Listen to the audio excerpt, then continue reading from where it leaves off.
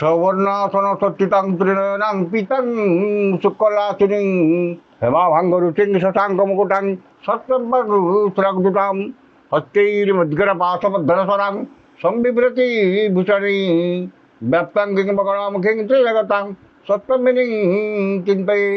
জগজ্জনীর মা বগলামুখী আদিদিনের ইষ্ট দেবতা মঙ্গল দেবতা জগন্নাথ বলভদ্র সুভদ্রা সুদর্শন চতুর্ধামূর্তি দেবতা ଜଗଜ୍ଜନନୀ ମା ଇଷ୍ଟଦେବୀ ଖଣ୍ଡୁଆଳି ଯେଉଁମାନେ ଆଜିର ଏ ଆଷ୍ଟ୍ର ସମ୍ବାଦର ଦୈନିକ ରାଶିଫଳ କାର୍ଯ୍ୟକ୍ରମକୁ ଦେଖୁଛନ୍ତି ଶୁଣୁଛନ୍ତି ସେମାନଙ୍କର ପାଇଁ ଆଜିର ଦିନଟି ସୁଖ ସମୃଦ୍ଧି ମାନସିକ ପାରିବାରିକ ଶାନ୍ତି ଏବଂ ଆତ୍ମସନ୍ତୋଷର ଦିନ ହେଉ, ଏହା ହିଁ ଜଗନ୍ନାଥ ବଳଭଦ୍ର ସୁଭଦ୍ରାଙ୍କ ପାଖରେ କାମନା କରି ଆରମ୍ଭ କରୁଛୁ ଆଜିର ଆମର ଦୈନିକ ରାଶିଫଳ କାର୍ଯ୍ୟକ୍ରମ। ଆଜି ଅଗଷ୍ଟ ମାସ 13 ତାରିଖ ଶ୍ରାବଣ ମାସ ଶୁକ୍ଳପକ୍ଷ ଅଷ୍ଟମୀ ଗତ ନବମୀ ମଙ୍ଗଳବାର। ଅଷ୍ଟମୀ ସକାଳ 9:32 ପର୍ଯ୍ୟନ୍ତ ଏବଂ ଏହାପରେ ନବମୀ ତିଥି ଭୋଗ ହେବ। ଆଜିର ରାଶି ନକ୍ଷତ୍ର ବିଶାଖା ବିଛା। ବିଶାଖା ସକାଳ 10:84 ପର୍ଯ୍ୟନ୍ତ ଏବଂ ବିଛା ଚନ୍ଦ୍ର ଅହରାତ୍ର 60 ଦଣ୍ଡ ଭୋଗ ହେବ। ସକାଳ 9:32 ପର୍ଯ୍ୟନ୍ତ ଅଷ୍ଟମୀ ତିଥି ଯୋଗୁଁ ନଡ଼ିଆ ଖାଇବା ମନା ଏବଂ ପରେ ଲାଉ ଖାଇବା ମନା, ଖାଇଲେ ବ୍ରହ୍ମହତ୍ୟା ସମପାପ। ଇଏ ଥିଲା ଆଜିର ଦୈନିକ ପଞ୍ଜିକା। ବର୍ତ୍ତମାନ ଜାଣିନେବା କ'ଣ ରହିବ 12ଟି ରାଶିର ବ୍ୟକ୍ତିମାନଙ୍କର ଦିନ, କେମିତି କଟିବ ଆଜି ଏ 12ଟି ରାଶିର ବ୍ୟକ୍ତିମାନଙ୍କର ଦିନ। ପ୍ରଥମ ରାଶି ମେଷ ରାଶି। ମେଷ ରାଶି ଅଷ୍ଟମ ଚନ୍ଦ୍ର ଓ ମଙ୍ଗଳବାର ଯୋଗୁଁ ମନରେ ଅସ୍ଥିରତା, ପରିବାରରେ ମନୋମାଳିନ୍ୟ ଏବଂ ଶାରୀରିକ ପୀଡ଼ା ଭୋଗିବେ। ସମସ୍ତ କର୍ମରେ ଭୁଲ ନିଷ୍ପତ୍ତି ନେବେ ଏବଂ ନିଶ୍ଚିତତାକୁ ପରିତ୍ୟାଗ କରି ଅନିଶ୍ଚିତତା ପଛରେ ପଶ୍ଚାଧାବନ କରିବେ। ବାଣିଜ୍ୟ ବ୍ୟବସାୟ ଓ ପରିବହନରେ ଆୟ ତୁଳନାରେ ବଦଖର୍ଚ୍ଚ ଅଧିକ ହେବ ଏବଂ ଆର୍ଥିକ ସ୍ଥିତି ପ୍ରଭାବିତ ହେବ। କର୍ମରେ ବିଫଳତା, କର୍ମ ପ୍ରତି ଅନାଗ୍ରହ ଏବଂ ସମସ୍ତ କର୍ମ କଣ୍ଟକ ସଦୃଶ ମନେ ହେବ। ଯେଉଁମାନଙ୍କର ଦ୍ୱିଜା ମେଷ ସେମାନେ ସତର୍କତା ଅବଲମ୍ବନ କରିବେ। ଶୁଭ ରଙ୍ଗ ହଳଦିଆ, ସଂଖ୍ୟା 3, ଆରାଧନା ପ୍ରଭୁ ହନୁମାନ। ବୃଷ ରାଶି ସପ୍ତମ ଚନ୍ଦ୍ର ଯୋଗୁଁ ମାନସିକ ପାରିବାରିକ ଶାନ୍ତି ଏବଂ ଦାମ୍ପତ୍ୟ ଜୀବନରେ ମଧୁରତା ଆସିବ। ପରିଚିତ ମହିଳାଙ୍କ ଠାରୁ ସାହାଯ୍ୟ ସହଯୋଗ ଏବଂ ଧନ ମିଳିବ। ଆମୋଦ ପ୍ରମୋଦ ମଉଜ ମଜଲିସ୍ ଏବଂ ପରିବାର ପ୍ରତି ଅଧିକ ଯତ୍ନବାନ ହେବେ। ମୂଲ୍ୟବାନ ଧାତୁ ବସନ ଭୂଷଣ ଏବଂ ସୌଖିନ ଘରୋଇ ଉପକରଣ କ୍ରୟ କରିବେ। ବାଣିଜ୍ୟ ବ୍ୟବସାୟ ଓ ପରିବହନରେ ଆୟ ଅତି ଉତ୍ତମ ହେବ। କର୍ମରେ ସଫଳତା, ଉଚ୍ଚ ସମ୍ମାନ, ଉଚ୍ଚ ପଦବୀ ପ୍ରାପ୍ତ ହେବ। ଯେଉଁମାନଙ୍କର କୃତିକା ଓ ମୃଗଶିରା ଦୋଷ ସେମାନେ ଉପକୃତ ହେବେ। ଶୁଭ ରଙ୍ଗ ସିଲଭର, ସଂଖ୍ୟା 2, ଆରାଧନା ମା ଗାୟତ୍ରୀ। ମିଥୁନ ରାଶି ଷଷ୍ଠ ଚନ୍ଦ୍ର ଯୋଗୁଁ ରୋଗ, ଋଣ, ଶତ୍ରୁ, ଦୁଃଖ, ଶୋକ, କ୍ଲେଶ, ଅବସାଦରୁ ମୁକ୍ତ ହେବେ। ମନରେ ପ୍ରସନ୍ନତା, ପରିବାରରେ ସୁଖ ଶାନ୍ତି ଏବଂ ଚାଲି ଚଳନ, ବ୍ୟବହାର, କଥାବାର୍ତ୍ତା ମାର୍ଜିତ ଓ ସର୍ବଦା ଆଦୃତ ହେବ। ଆପଣଙ୍କ ବକ୍ତବ୍ୟରେ ସମ୍ମୋହନର ଶକ୍ତି ରହିବ ଏବଂ ଶତ୍ରୁମାନେ ମିତ୍ରତାର ହାତ ବଢ଼ାଇବେ। ବାଣିଜ୍ୟ ବ୍ୟବସାୟ ଓ ପରିବହନରେ ଆୟ ଅତି ଉତ୍ତମ ହେବ। କର୍ମରେ ସଫଳତା ଓ କର୍ମସ୍ଥାନର ସମସ୍ତ ବାଧା ବିଘ୍ନ ଓ ପ୍ରତିବନ୍ଧକ ଦୂର ହେବ। ଯେଉଁମାନଙ୍କର ପୁନର୍ବସୁ ଓ ଅଶ୍ଳେଷା କର୍କଟ ସେମାନେ ଉପକୃତ ହେବେ। ଶୁଭ ରଙ୍ଗ ସିଲଭର, ସଂଖ୍ୟା 1, ଆରାଧନା ମା ସମଲେଶ୍ୱରୀ। ସିଂହ ରାଶି ଚତୁର୍ଥ ଚନ୍ଦ୍ର ଘାତ ତିଥି ସକାଳ 9:32 ପରେ ଯୋଗୁଁ ବାଦ ବିବାଦ, ସ୍ୱାସ୍ଥ୍ୟ, ଆର୍ଥିକ କାରବାର ଓ ଯାନବାହନ ଆରୋହଣ କାଳରେ ସତର୍କତା ଅବଲମ୍ବନ କରିବେ। ଗୁରୁଜନଙ୍କ ସହ ବିବାଦ, କ୍ଷମତାଶାଳୀ ବ୍ୟକ୍ତିଙ୍କ ସହ ଶତ୍ରୁତା ଏବଂ ରାଜନୈତିକ ବ୍ୟକ୍ତିଙ୍କର ଆକ୍ରୋଶର ଶିକାର ହେବେ।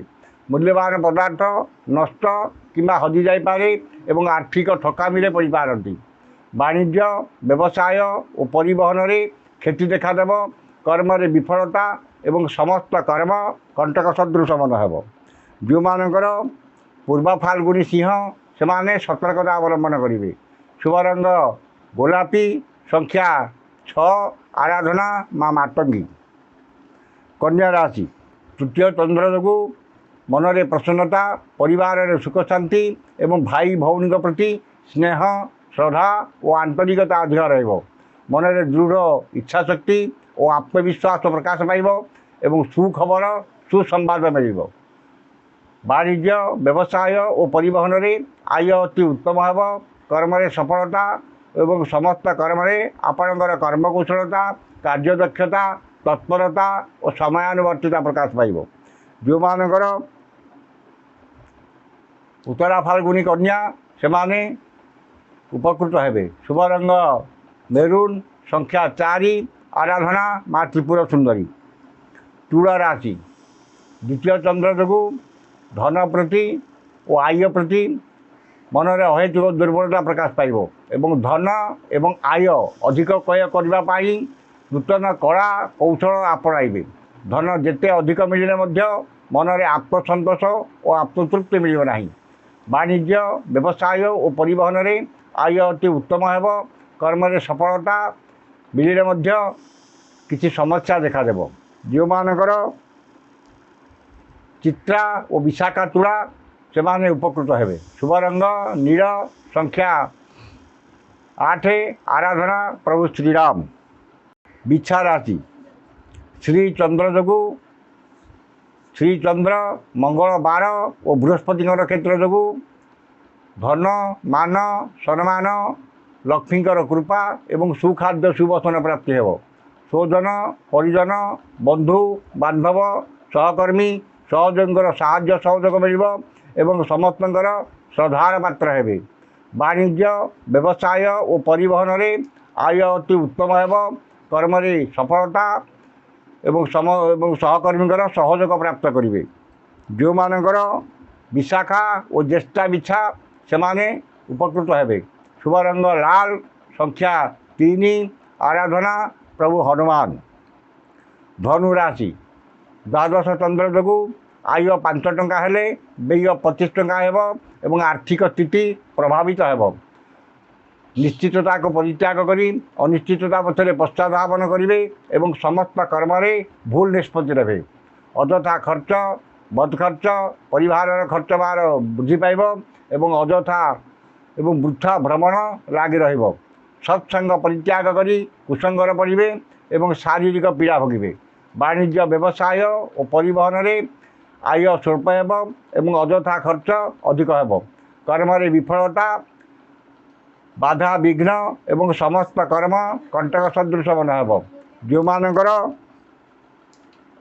ପୂର୍ବସାରା ଧନୁ, ସେମାନେ ସତର୍କତା ଅବଲମ୍ବନ କରିବେ। ଶୁଭ ରଙ୍ଗ ଲାଲ, ସଂଖ୍ୟା 2, ଆରାଧନା ମା ତାରା। ମକର ରାଶି, ଏକାଦଶ ଚନ୍ଦ୍ର ଓ ଘାତ ବାର ଯୋଗୁଁ ଘାତ ବାରର ପ୍ରଭାବ ବିଶେଷ ରହିବ ନାହିଁ। ଆୟରେ ଆଖି ଦୃଶିଆ ଅଭିବୃଦ୍ଧି ଏବଂ ନୂତନ ଆୟର ମାର୍ଗ ଖୋଲିବ। ଧନ ସମ୍ପଦ ବୃଦ୍ଧି ପାଇବ ଏବଂ ମୂଲ୍ୟବାନ ଧାତୁ, ଭୂମି ଓ ଯାନବାହନ କ୍ରୟ କରିବେ। ବାଣିଜ୍ୟ, ବ୍ୟବସାୟ ଓ ପରିବହନରେ ଆୟ ଅତି ଉତ୍ତମ ହେବ ଓ ଆର୍ଥିକ ସ୍ଥିତିରେ ଉନ୍ନତି ଦେଖାଦେବ। କର୍ମରେ ସଫଳତା ଓ କର୍ମସ୍ଥାନର ସମସ୍ତ ସୁବିଧା ସୁଯୋଗ ହାସଲ କରିବେ। ଯେଉଁମାନଙ୍କର ଉତ୍ତରାଷାଢ଼ା ଓ ଧନିଷ୍ଠା ମକର, ସେମାନେ ଉପକୃତ ହେବେ। ଶୁଭ ରଙ୍ଗ କଳା, ସଂଖ୍ୟା 6, ଆରାଧନା ମା ଦୁର୍ଗା। କୁମ୍ଭ ରାଶି, ଦଶମ ଚନ୍ଦ୍ର ଯୋଗୁଁ ଭାଗ୍ୟ ଅପେକ୍ଷା କର୍ମରେ ଅଧିକ ଗୁରୁତ୍ୱ ଓ ବିଶ୍ୱାସ ରହିବ। ସମସ୍ତ କର୍ମରେ ଆଶାଠାରୁ ଅଧିକ ସଫଳତା ଏବଂ ସମସ୍ତ କର୍ମ ଆଜି ଆପଣଙ୍କ ପାଇଁ ସହଜ ହେବ। ମନରେ ସତ୍ ଚିନ୍ତା, ସତ୍ ଭାବନା ପ୍ରକାଶ ପାଇବ ଏବଂ ସତ୍ କର୍ମରେ ଅଧିକ ଆଗ୍ରହ ରହିବ। ବାଣିଜ୍ୟ, ବ୍ୟବସାୟ ଓ ପରିବହନରେ ଆୟ ଯାହା ହେଲେ ମଧ୍ୟ ମନରେ ଆତ୍ମସନ୍ତୋଷ ଓ ଆତ୍ମତୃପ୍ତି ରହିବ। ଯେଉଁମାନଙ୍କର ଧନିଷ୍ଠା ଓ ପୂର୍ବଭାଦ୍ର କୁମ୍ଭ, ସେମାନେ ଉପକୃତ ହେବେ। ଶୁଭ ରଙ୍ଗ ମାଟିଆ, ସଂଖ୍ୟା 11, ଆରାଧନା ମା ବିମଳା। ଶେଷ ରାଶି ମୀନ ରାଶି। ମୀନ ରାଶି, ନବମ ଚନ୍ଦ୍ର, ମଙ୍ଗଳ ବାର ଏବଂ ବୃହସ୍ପତିଙ୍କ ନକ୍ଷତ୍ର ଯୋଗୁଁ ଧନ ସମ୍ପଦ, ପ୍ରାଚୁର୍ଯ୍ୟ, ପ୍ରତିପତ୍ତି ବୃଦ୍ଧି ପାଇବ। ଏବଂ ଉଚ୍ଚ ସମ୍ମାନ ଉଚ୍ଚ ପଦବୀ ମିଳିବ। ଗୁରୁଜନଙ୍କ କୃପା, କ୍ଷମତାଶାଳୀ ବ୍ୟକ୍ତିଙ୍କ ସହାୟତା ଏବଂ ମହତ୍ ବ୍ୟକ୍ତିଙ୍କ ଆଶ୍ରୟ ମିଳିବ। ବାଣିଜ୍ୟ, ବ୍ୟବସାୟ ଓ ପରିବହନରେ ଆୟ ଅତି ଉତ୍ତମ ହେବ। କର୍ମରେ ଆଶାଠାରୁ ଅଧିକ ସଫଳତା ଓ ପ୍ରମୋସନ୍ ମିଳିପାରେ। ଯେଉଁମାନଙ୍କର ପୂର୍ବଭାଦ୍ର ଓ ରେବତୀ ମିନ ସେମାନେ ଉପକୃତ ହେବେ। ଶୁଭ ରଙ୍ଗ ଗୋଲାପୀ, ସଂଖ୍ୟା 9, ଆରାଧନା ପ୍ରଭୁ ଗଜାନନ। ଇଏ ଥିଲା ଆଜିର 12ଟି ରାଶିର ଦୈନିକ ରାଶିଫଳ। ସମସ୍ତ ରାଶିର ବ୍ୟକ୍ତିମାନେ ଦିନଟି ଶୁଭ ହେବା ପାଇଁ ଉକ୍ତ ମନ୍ତ୍ରଟି ଋଷାଦି କରି ପାଠ କରନ୍ତୁ। ନିଶ୍ଚିତ ଭାବରେ ଦିନଟି ଆପଣଙ୍କର ମଙ୍ଗଳମୟ ଏବଂ ଶୁଭମୟ ହେବ।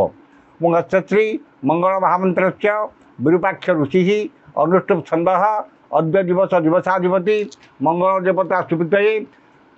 ମଙ୍ଗଳ ଦେବତା ମନ୍ତ୍ର 178 ସଂଖ୍ୟକ ମନ୍ତ୍ର ଜପେ ବିନିଯୋଗ। এই ମନ୍ତ୍ରଟିକି ଥରେ ପଢ଼ିବେ ଏବଂ ମନ୍ତ୍ରଟି ହେଲା ହୁଁ ଶ୍ରୀଂ ମଙ୍ଗଳାୟ ନମଃ। এই ମନ୍ତ୍ରଟିକି ସକାଳେ 108 ଏବଂ ସନ୍ଧ୍ୟାରେ 108 ପାଠ କରନ୍ତୁ। ନିଶ୍ଚିତ ଭାବରେ ଦିନଟି ଆପଣଙ୍କର ମଙ୍ଗଳମୟ ଏବଂ ଶୁଭମୟ ହେବ। ଆଜି ତ ସମୟ ସରିଯାଇଛି। ଆସନ୍ତାକାଲି ଦେଖା ହେବ ଠିକ୍ ଏହି ସମୟରେ। ବିଦାୟ ଦିଅନ୍ତୁ। ଜୟ ଜଗନ୍ନାଥ।